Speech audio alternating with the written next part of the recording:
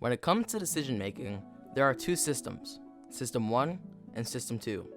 System 1 handles the everyday, mundane tasks that you, as a person, don't really need to worry about. For example, if you see someone shielding, System 1 is going to tell you to grab them. However, your opponent can see this coming, which is where System 2 comes in. System 2 says, my opponent has been jumping out of shield a lot, so I'm going to go for a jump read. Each system has their pros and cons. For one, System 1 is fast and quick, but sometimes it can't go around a more complicated strategy. However, System 2 is good at deciphering and picking good options that will beat a complex strategy that your opponent might employ. So, when should you use System 2, and when should you let your game knowledge take over?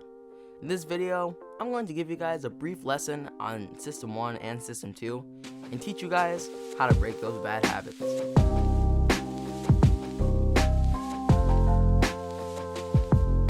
While System 1 is more often than not the cause of the bad habits that are getting you punished, it's not always bad. For one, it's fast and precise. So when you don't have enough time to carefully craft a strategy about what you might do, your System 1 can really come in handy in picking the best option. However, just because something is the best option doesn't necessarily mean it's the right option. For example, if you've hit someone's shield 3 times in a row and you spot dodged every time and you spot dodge again, chances are you're going to get hard punished. Humans are adaptive. They can see what you're doing, they can adapt to it, they can change, and they can punish it.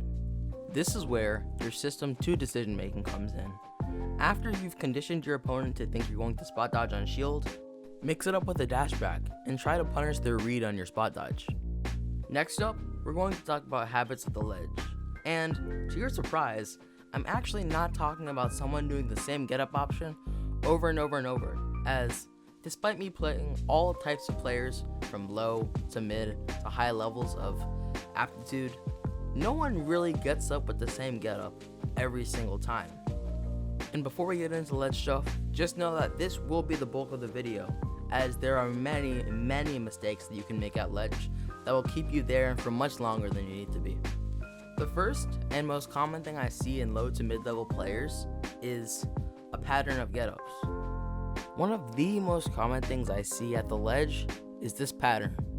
Do jump or normal get-up, and after you've gotten punished for it, either roll or get-up attack. These two options, while they may seem the safest because I can attack or I can get an amazing amount of invincibility frames. No, that attacking or getting the most invincibility frames mindset is your System 1 talking. If you actually take a step back, use your System 2, and think about what the safest options you have while also mixing it up can be, I'm sure you'll get off of ledge a lot faster. This leads into the next habit I see. My friend that I have, Connor, he actually does this quite a bit. First time he gets to the ledge, he plays like normal. He picks an option, I can't really tell because the game has just started, but I punish him for it, let's say, and he heads back to the ledge. Well, after that, unfortunately, he starts doing the thing where he stays at ledge for 10 seconds every single time. And I get what he's doing. He feels trapped and he's trying to figure out the best way possible to get off ledge. And while that's cool and all, you don't have 10 seconds of invincibility to watch your back. I'm going to ledge trump you and back air you, and you're going to die. So, if you are getting ledge trapped, the time you should be taking to think about what you can be doing is while you're getting sent back off stage, and don't think about what you're going to do as soon as you get on ledge. Ooh, now that I'm done with the ledge stuff, let's move on to the last topic of today's video, unnecessary defensive options.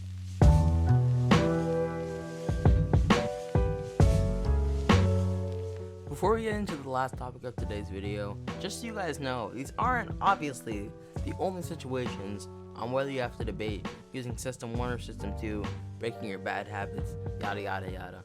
I'm just giving a few examples so you can figure out what you need to do and how you can adjust your gameplay.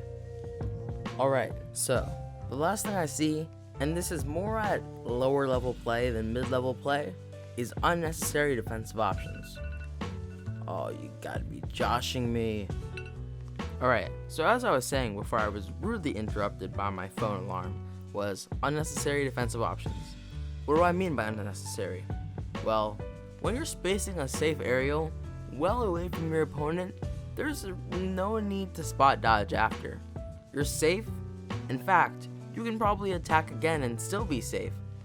You can do whatever you want, but don't do unnecessary defensive options, because nothing good comes out of you doing a defensive option in a scenario where you were in neutral.